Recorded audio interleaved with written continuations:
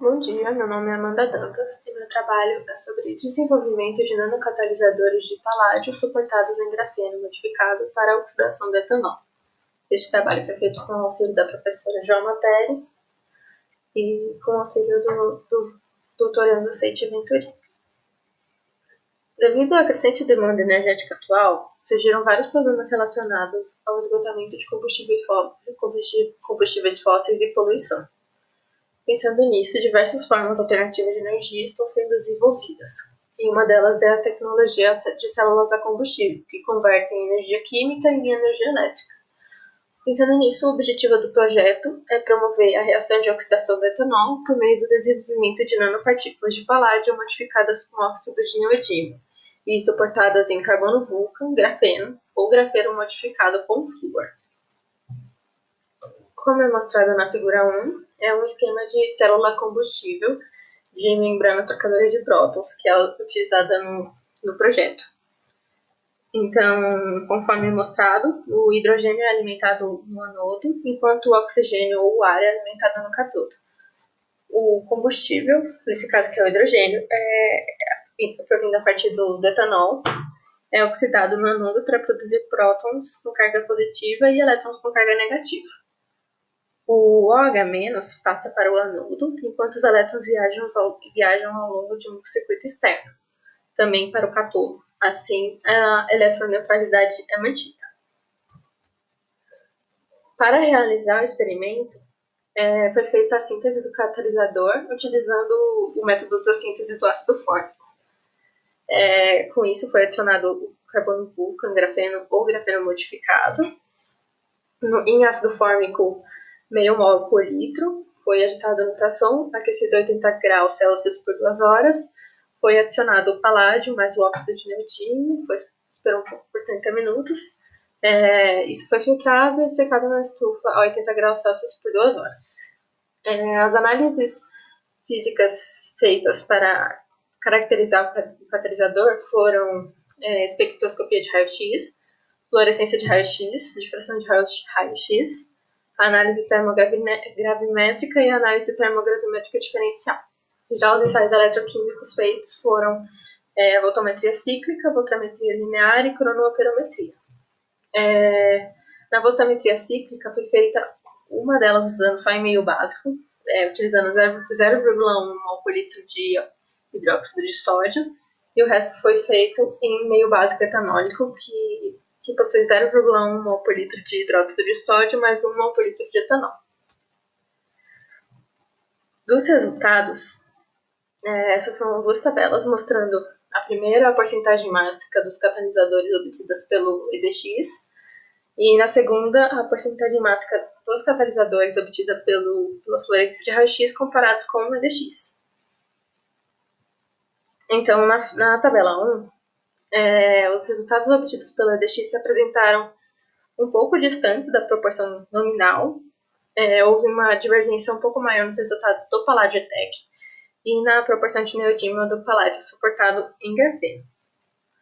Já na tabela 2, foi feita uma comparação de proporção de paládio e neodímio e os resultados mostram que entre as duas análises foram próximos aos valores nominais, com exceção do catalisador paládio suportado em carbono. E na fluorescência de raio-x não foram realizadas medidas de fluorescência para o paládio ETEC e o paládio neodímio ETEC, porque esses dois não possuem metais. Na figura 2, é mostrado o gráfico obtido a partir do DRX para catalisadores modificados com óxido. Nela é possível observar um dos picos correspondentes ao plano cristalino da platina, que é o plano 111, que aparece por volta de 2 θ igual a 40 graus. E também é possível observar o pico correspondente do óxido de neodímio, que é o pico 110 por volta de 26, 27 graus. A partir do DRX, também foi possível calcular o valor da distância de ligação paládio-paládio, e o valor obtido para os 3 catalisadores foi de aproximadamente 2,76 angstroms, um valor bem próximo do de 2,8 angstrom mostrado na literatura. Na figura 3, é possível ver os resultados obtidos a partir da análise termogravimétrica, onde é possível determinar a variação da massa da amostra em função da temperatura para conseguir definir os limites da estabilidade térmica do catalisador. Como tanto o paládio e o óxido de neodímio não entram em combustão, com isso é possível estimar a soma dos dois, observando a perda de massa total no fim da curva.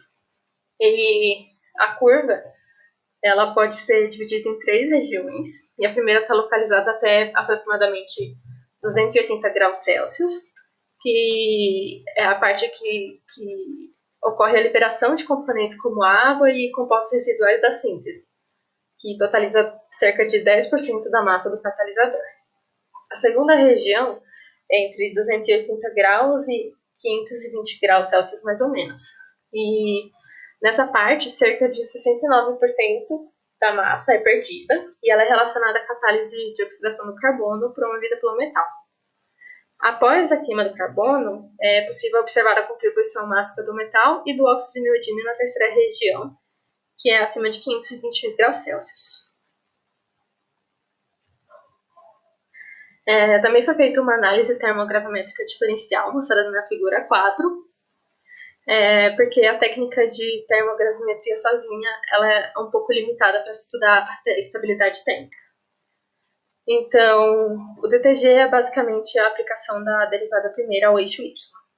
Com isso, pode-se obter uma curva que mostra os processos escondidos que apenas observando a curva do TG não é possível perceber.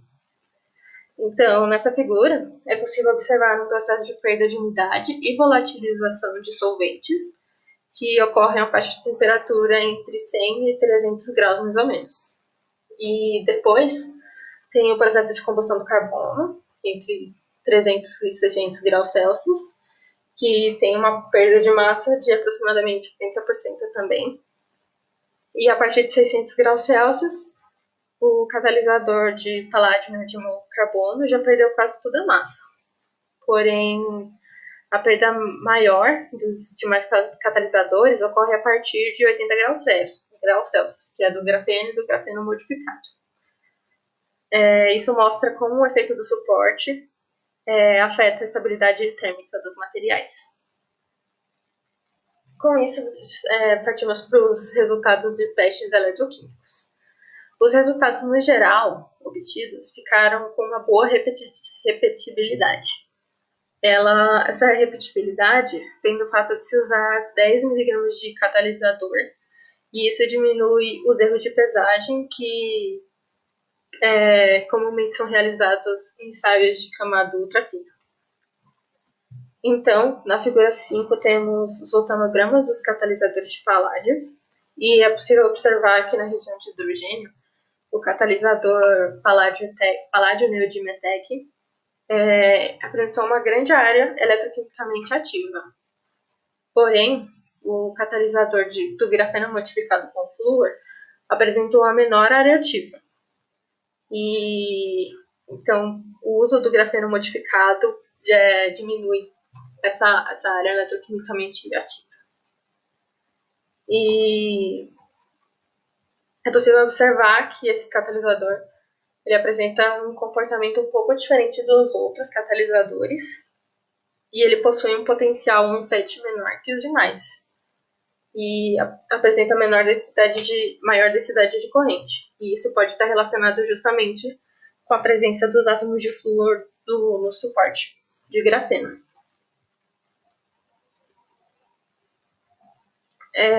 Também é possível observar as voltametrias lineares de etanol na velocidade de 1 mV por segundo para os catalisadores.